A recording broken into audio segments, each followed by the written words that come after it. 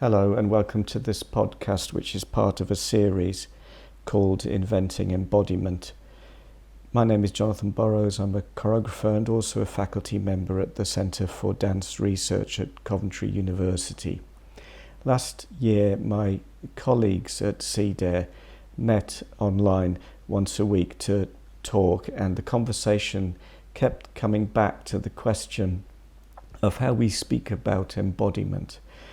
This podcast aims to capture some of the research I was fortunate to hear then.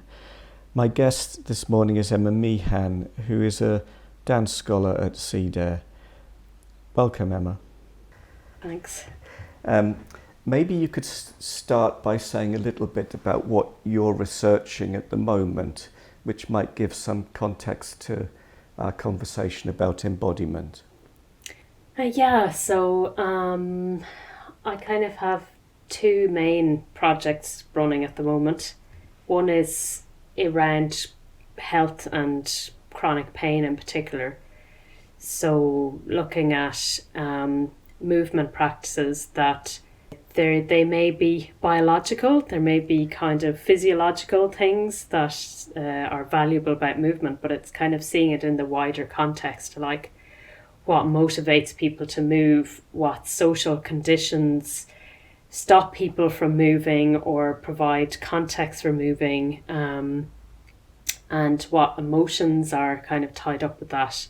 And so I've been looking at, persistent pain. So often it's pain that basically it lasts for longer than 3 months, but it can go on for a whole lifetime. So how do you live with that? Looking at movement exploration in relation to that. And then the other kind of area of research has been around this idea of sensing the city. So movement in sites, different kinds of sites around the city. That's been the kind of recent one. But my PhD was also about a choreographer who does outdoor work in specific sites. So those might be rural or, it could be outdoors. It could be, sometimes she did work in local kind of town halls and that kind of thing. So just really looking at how different environments impact on movement and what it can tell us about how people move in relation to environments. If that doesn't sound too obscure, in brief, basically. And in what ways does the concept of embodiment play a part in what you're looking at, or not? Yeah, I suppose when I hear the word embodiment first, I guess there's the question of, well, what's not embodiment? I suppose it would be very easy to say we're all embodied. Most of us, as far as I know, have bodies of one kind or another. But I actually don't think that's what embodiment is about for me. It's more about, it's like your body, it's not just a functional thing. Embodiment for me is more about what it's like to live inside of that being with a body or in a body or of a body in relation to the environments that we live in. So then when I think about what is disembodiment, I feel like that's maybe living in a more cut off way. So an example for me would be something that happened not that long ago where I was in a conversation and I noticed someone said something that triggered a response in me, and I could literally feel like I was leaving the sensations of my body, but also the room, and I sort of got caught up in thinking and almost sitting outside of my body. And then I sort of reminded myself, I don't have to respond that way. And I then sort of tried to remind myself where my feet were, that I was breathing, that there was light around me, and there was a person in front of me. And I could then more engage with the person that was in front of me and resolve my feeling about what had come up. I think maybe disembodying for me is kind of almost like a traumatic response, that I function at the level of I'll rationally think through what I do in this situation, but then I might get lost in these thoughts. And it's not that I'm anti-thinking, but I think you can think in a fuller way if you can maintain a connection with your body and the environment around you. Right. So, yeah, I don't know if that answers your question. Yeah. Do you have any particular questions or problems with the way that, for instance, in dance practice, we use the word or the idea embodiment? Yeah, it's a good question. I suppose people are using it in very different ways. Yeah. Sometimes it's sort of shorthand, but no one really talks about what they mean. And maybe we all have kind of different meanings we're working with.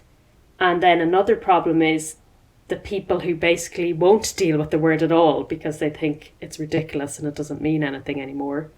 I think it does mean something. I suppose people should get more precise about how they're using it maybe.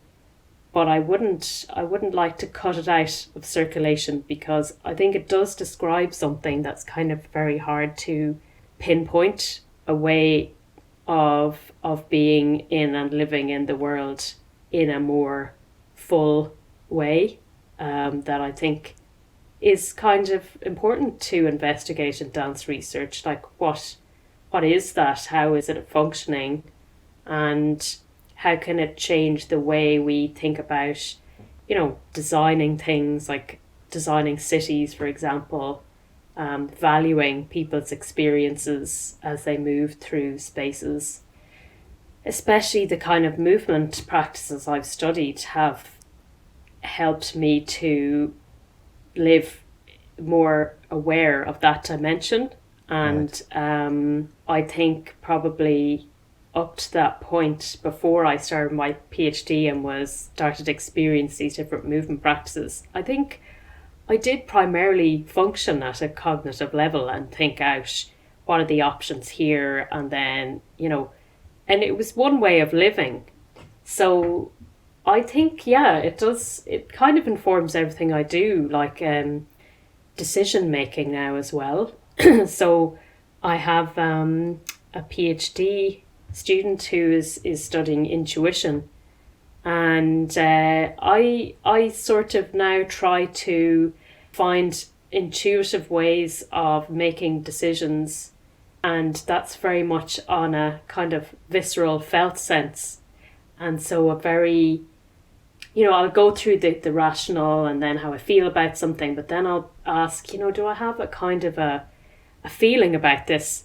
And it's actually very simple. It's what I experience is either like just this feeling of something being blocked or something kind of flowing. And that sort of helps me to make a decision. Like it's on some visceral level, I have a feeling about how I should proceed with this thing, So again, like how do you, I suppose, value those things? I think in dance research, I think it would be really interesting to investigate those things more and give them credence or value, Great. That feels like a good place to pause then. Thank you so much, Emma, for sharing those thoughts.